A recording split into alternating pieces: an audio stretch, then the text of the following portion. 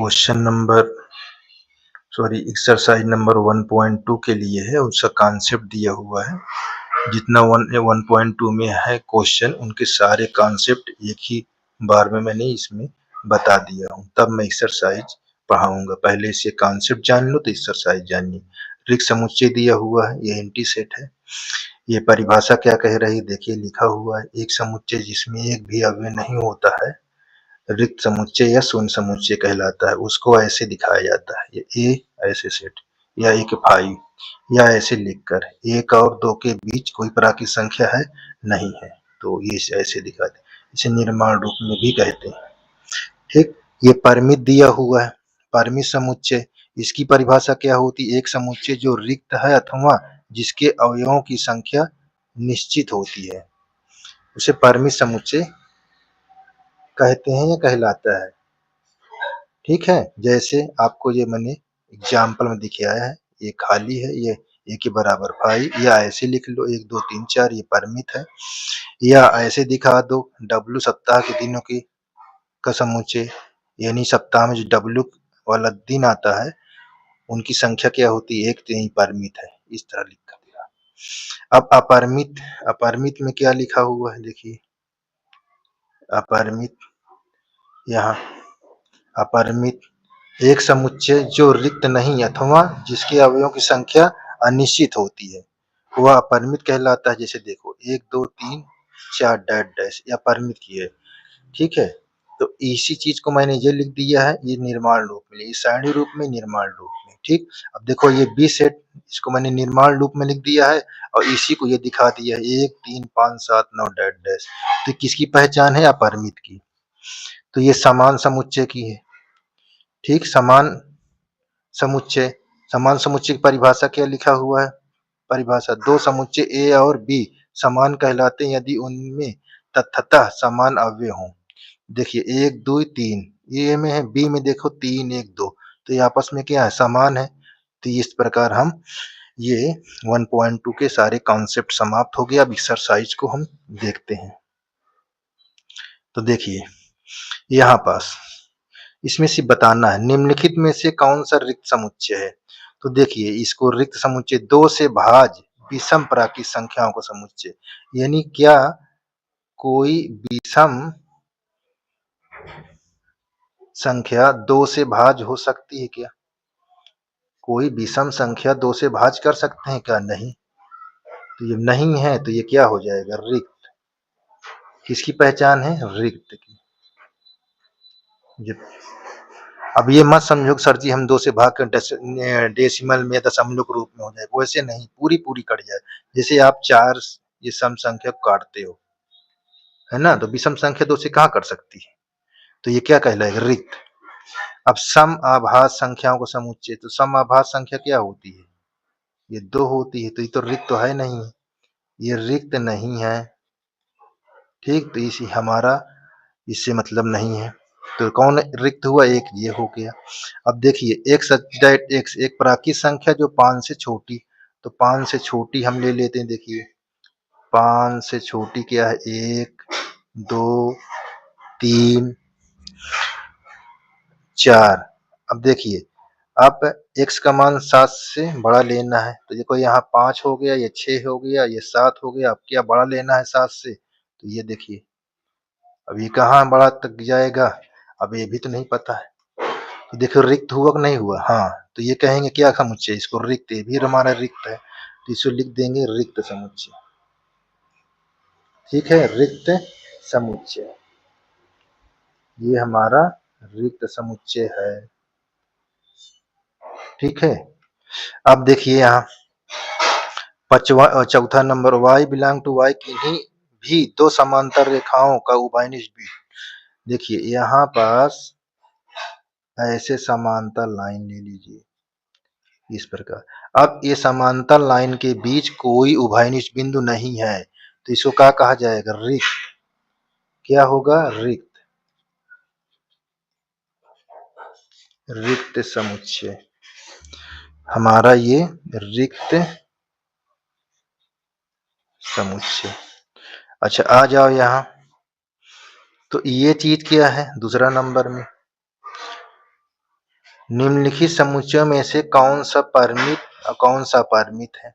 देखिए वर्ष के महीनों का समुच्चय, अब गिन तो सकते हैं ना कि 12 महीने होते हैं, तो ये क्या हो जाएगा? परिमित। जिसकी गिनती कर लें वो हमारा परिमित होगा, ये परिमित होगा। अब देखिए 1, 2, 3 के बाद डैश लगा के गिनती कर सकते हैं क्या क्या संख्या है, तो ये क्या होगा? अपरिमित। ठीक, देखिए ये भी आपका रिक्त है, तो यहाँ पास लिखेंगे अपरिमित। अपरिमित, ठीक है। अब देखिए 1 से 100 तक, तो हम क्या कहेंगे? 100 तक गिनती लिखी हुई 1 से 100 तक, तो ये क्या होगा?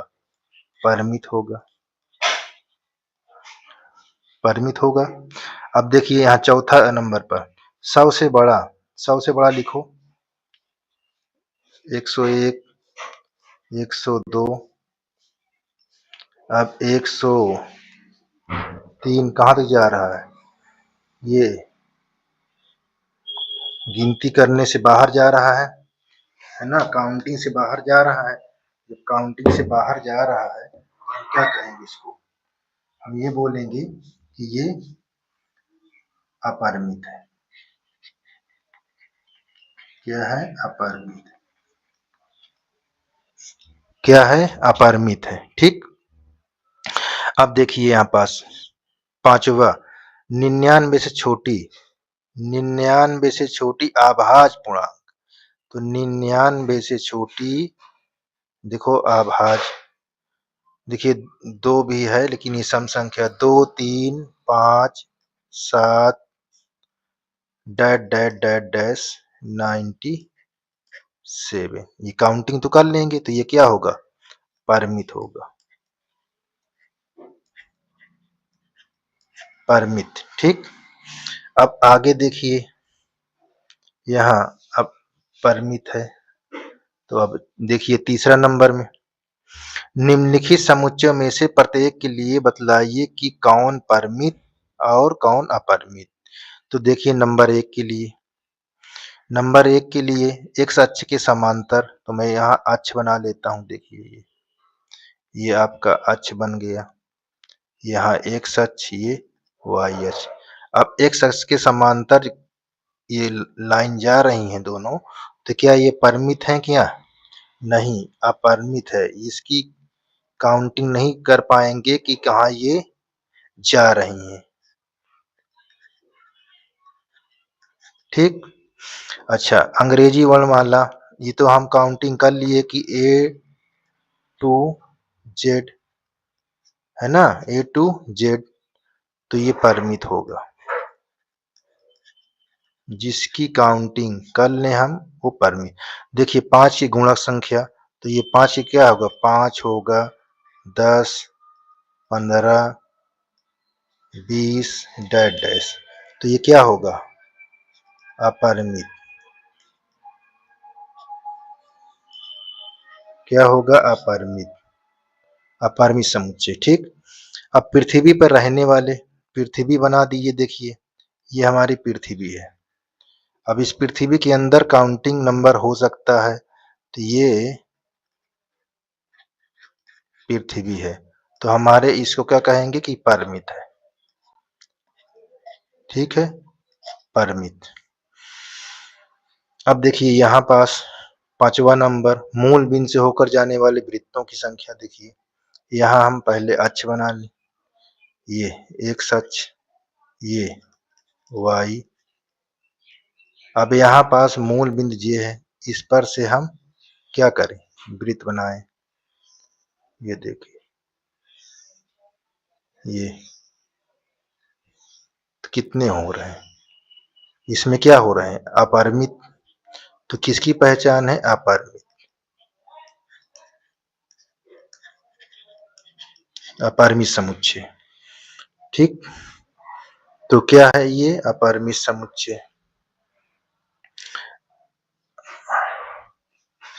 अब इसको देखते हैं। देखिए यहाँ निम्नलिखित में बतलाएं कि a बराबर b कौन है। देखिए a b c d, और b में क्या है? पहले का है दिया हुआ। देखिए ये a से d तक है, a भी, देखिए d c b, तो ये दोनों क्या है आपस में? समान है, ठीक, ये समान है। तो यहाँ हाँ, अब देखिए यहाँ 4, 8, 12, 16 है, लेकिन यहाँ पास 18 है। तो ये क्या होंगे, ए बराबर बी नहीं है, ए बराबर बी नहीं है, तो इसको आप नहीं लिख सकते हैं, ठीक है। अब देखिए अगला तीसरा 2, 4, 6, 8, 10, तो ये सम संख्या है, ये बराबर है, क्योंकि देखो 10 तक और 10 से कम, ठीक, तो ये दोनों ये क्या है, समान है, ठीक है। यहाँ हाँ कर लेंगे आपका पहला और तीसरा, ठीक। अब आप आ जाइए इस वाले में, देखिए इसको, ये तो हो गया, ये आपका ये दिया हुआ चौथा में देखिए, ये चौथा है 10 का गुणज, तो 10 का गुणज संख्या क्या होती है, 10 होता है, फिर 20 होता है, फिर 30, ये 40 डैश डैश डैश। लेकिन हमारे पास क्या दिया हुआ है, ये 10 है, लेकिन ये 15 है, ये 10 की गुणज संख्या नहीं, तो हमारा क्या होगा, A not equal B, A not equal B, ठीक। अब आ जाइए यहाँ पांचवा नंबर पर, पांचवा नंबर पर क्या लिखा हुआ है, देखिए पांचवा नंबर में क्या निम्नलिखित समुच्चय का समुच्चय युग्म समान है, कारण सहित बताइए। देखिए ए है ये बी, अब बी में हमारा ये गुणनखंड लिखा हुआ है, इसको करके चेक कर लेते हैं। अच्छा, x square plus 5x plus 6 और इक्वल 0, गुणा करने पर देखो 6 आना चाहिए, ये प्लस है, उसी को जोड़ने पर ये 3 दूना 6, 3 2 5, तो यहाँ पास 3x, ये 2x प्लस 6। अब इसके हम पेयर बनाएं, तो हमारे पास पेयर में कॉमन किया हुआ x हुआ, x प्लस 3, और यहाँ पास 2, तो यहाँ x प्लस 3 इक्वल 0। अब हमारे पास x प्लस 3 और x प्लस 2, अब देखो इक्वल 0। अब x इक्वल -3, एक ये आ गया, और यहाँ x इक्वल -2, एक ये आ गया। अब देखो इसके जो आपका मूल पता हो गया, -2 -3, क्या ये समान युग्म है, नहीं, ये क्या है, निगेटिव यानी ऋणात्मक है, और ये धनात्मक, तो इनके युग्म समान नहीं है, तो यहाँ पास लिख देना है नहीं है, ये आपका कारण बदल गया। अब देखिए यहाँ पास ये फॉलो है, ये उल्फ है, ये फॉलो, इसका उल्टा उल्फ लिखेंगे, देखिए इसको उल्टा आप लिखेंगे फॉलो का, तो ये आपका डब्लू ले लेंगे, क्योंकि टिग्ना सेट में एक बार जो ले लेंगे उसे दोबारा डब्लू ले लिए, अब हम क्या ले लेंगे, ओ ले लेंगे, और एक यल लेंगे, या हो जाएगा, तो ये इसका मतलब हमारा ये समान युग्म है, ठीक है, ये समान युग्म है, कौन सा, दूसरा, हाँ ये समान युग्म है। अच्छा, अब ये तो हो गया, ठीक है, पहले में एक था जिसका समान युग्म दूसरा है।